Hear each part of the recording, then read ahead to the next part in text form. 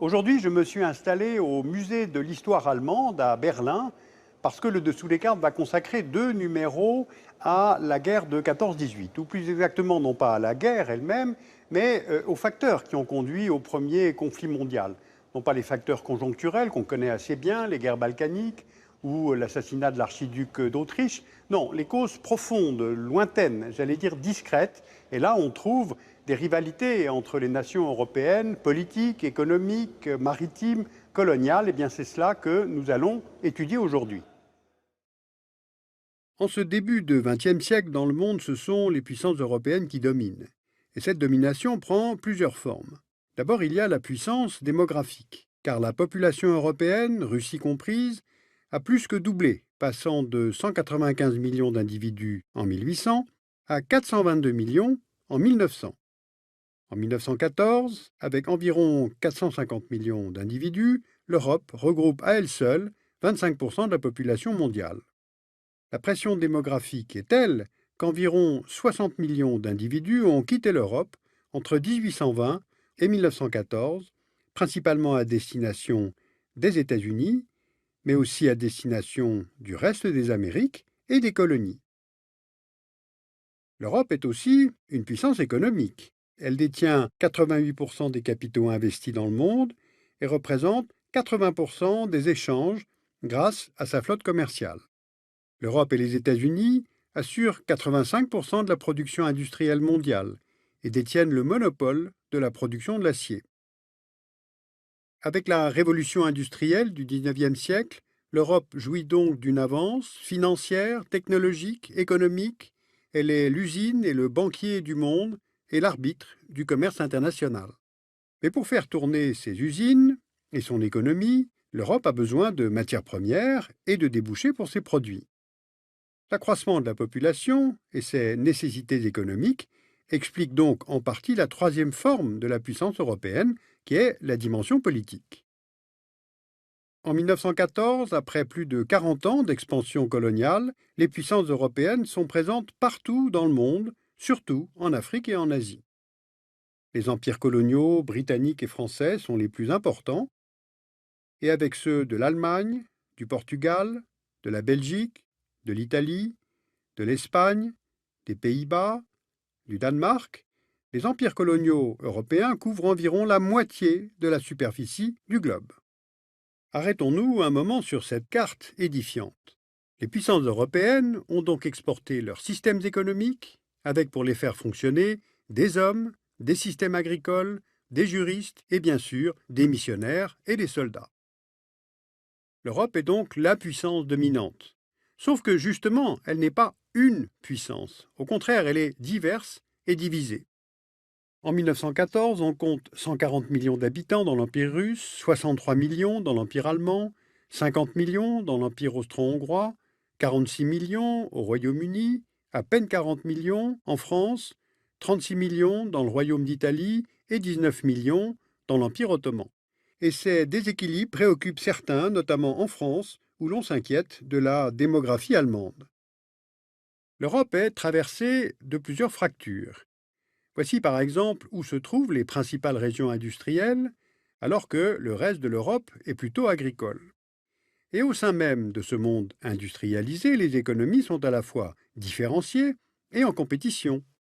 Le Royaume-Uni, où est née la révolution industrielle, représente 14% de la production industrielle mondiale, mais elle est désormais dépassée par l'Allemagne avec 15,7%, car ce pays bénéficie maintenant d'une industrie plus récente, avec un appareil de production plus concentré et plus compétitif.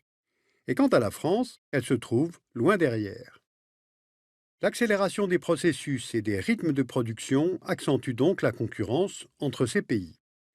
Autre facteur de division en Europe, il existe des États à l'unification ancienne comme la France, le Royaume-Uni, la Russie, et d'autres qui sont des constructions politiques beaucoup plus récentes. Le Royaume d'Italie a été proclamé en 1861, l'Empire allemand a été fondé en 1871 pour unifier la Prusse et les autres États allemands. L'Empire austro-hongrois a été fondé en 1867, unissant alors l'Empire d'Autriche et le Royaume de Hongrie. Allons voir maintenant de plus près cet État multinational où cohabitent plusieurs peuples. Les Allemands et les Hongrois représentent respectivement 24% et 20% de la population de l'Empire austro-hongrois, soit 44% au total, alors que les nationalités slaves en représentent 45%. Et puis il y a aussi des Roumains et des Italiens. Or, les Allemands et les Hongrois exercent une domination politique et économique sur tous les autres peuples. Et l'empire des Habsbourg est de plus en plus secoué par des velléités séparatistes de ces minorités nationales, principalement slaves. Même chose dans les provinces irrédentes que sont le Trentin, la Vénétie julienne et la Dalmatie. Car en Italie, un puissant mouvement d'opinion veut l'unification politique de l'ensemble des territoires de langue italique ou ayant fait partie des anciens États italiens. Maintenant, quant à l'Empire russe, il mène une politique de russification de ces peuples allogènes, c'est-à-dire non russes, à savoir les Roumains, les Ukrainiens, les Polonais, les Baltes, les Finlandais, les Arméniens, ainsi que les peuples musulmans et les Juifs, ce qui soulève l'hostilité de ces derniers.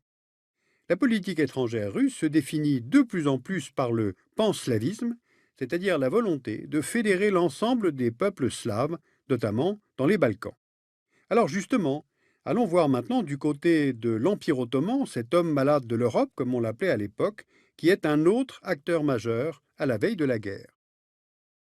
Voici les contours de l'Empire ottoman en 1914, et maintenant voici ses contours au milieu du XIXe siècle. Eh bien, on constate qu'entre ces deux dates, l'Empire ottoman a perdu de nombreux territoires en Afrique du Nord et dans la péninsule arabique, ainsi que l'essentiel de ces territoires dans les Balkans, où il ne lui reste que la Thrace. Et les territoires perdus par l'Empire ottoman intéressent tout à la fois l'Autriche-Hongrie, les nationalistes serbes et grecs, mais également les puissances coloniales que sont l'Italie, la France, le Royaume-Uni, qui cherchent l'affaiblissement des Ottomans au Moyen-Orient. Autre facteur de tension en Europe maintenant, le contrôle des détroits et la domination des mers. D'une part, les détroits du Bosphore et des Dardanelles situés entre mer Méditerranée et mer Noire et contrôlés par l'Empire ottoman. La Russie, pour qui ces détroits constituent l'unique route maritime vers la Méditerranée et dont la flotte de guerre est basée en Crimée, réclame l'internationalisation de ces détroits, c'est-à-dire la liberté de circulation en temps de paix et en temps de guerre pour tous les bâtiments de commerce ou militaires, sans distinction de pavillon. Saint-Pétersbourg cherche en effet à se prémunir d'une attaque ennemie depuis la Méditerranée et la mer Noire. Sauf que Londres s'oppose à cette internationalisation, craignant justement l'accès de la flotte militaire russe à la Méditerranée. Tout comme Vienne d'ailleurs, qui craint que la Russie ne vienne contrarier ses intérêts commerciaux dans les Balkans. Et puis d'autre part, la Grande-Bretagne et l'Allemagne s'opposent autour du canal de Suez, entre mer Méditerranée et mer Rouge, qui a été internationalisé en 1888. La Grande-Bretagne, qui possède la plus puissante flotte maritime commerciale au monde, cherche à contrôler la nouvelle route des Indes, ouverte par ce canal, alors que l'Allemagne, qui se dote d'une marine de guerre, veut elle aussi contrôler ses voies maritimes d'approvisionnement. Maintenant, regardons le continent africain. Le Royaume-Uni, la France, l'Allemagne et d'autres pays se sont disputés les derniers territoires à coloniser. L'Allemagne, longtemps exclue du partage colonial, a organisé la conférence de Berlin en 1884-85, où elle a revendiqué sa part du gâteau africain. Vous voyez ici les possessions allemandes en 1914, après que ce pays se soit opposé au Royaume-Uni, en Afrique australe et orientale, et à la France au Maroc.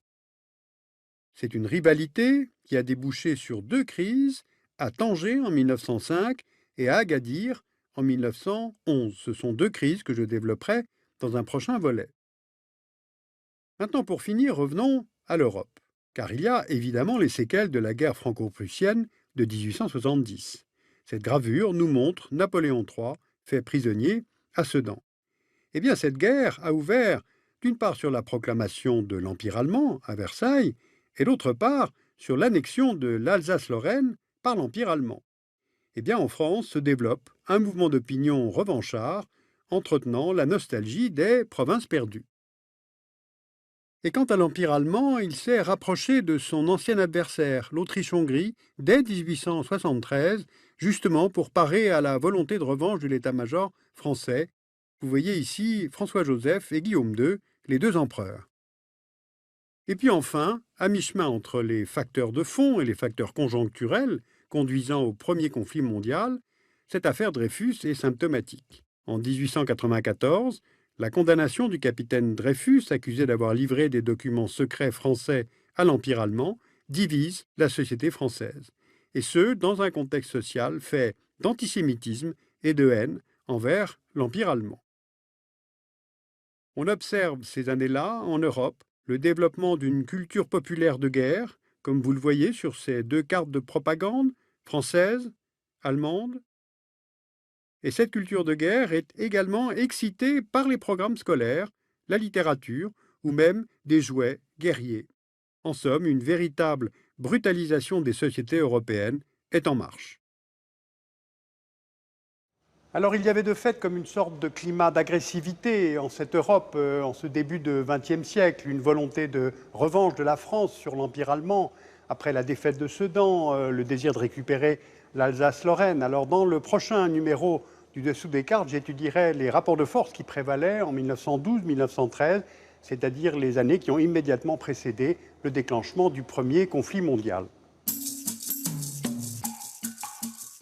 Vous pouvez retrouver toutes nos références bibliographiques sur le site du Dessous des cartes.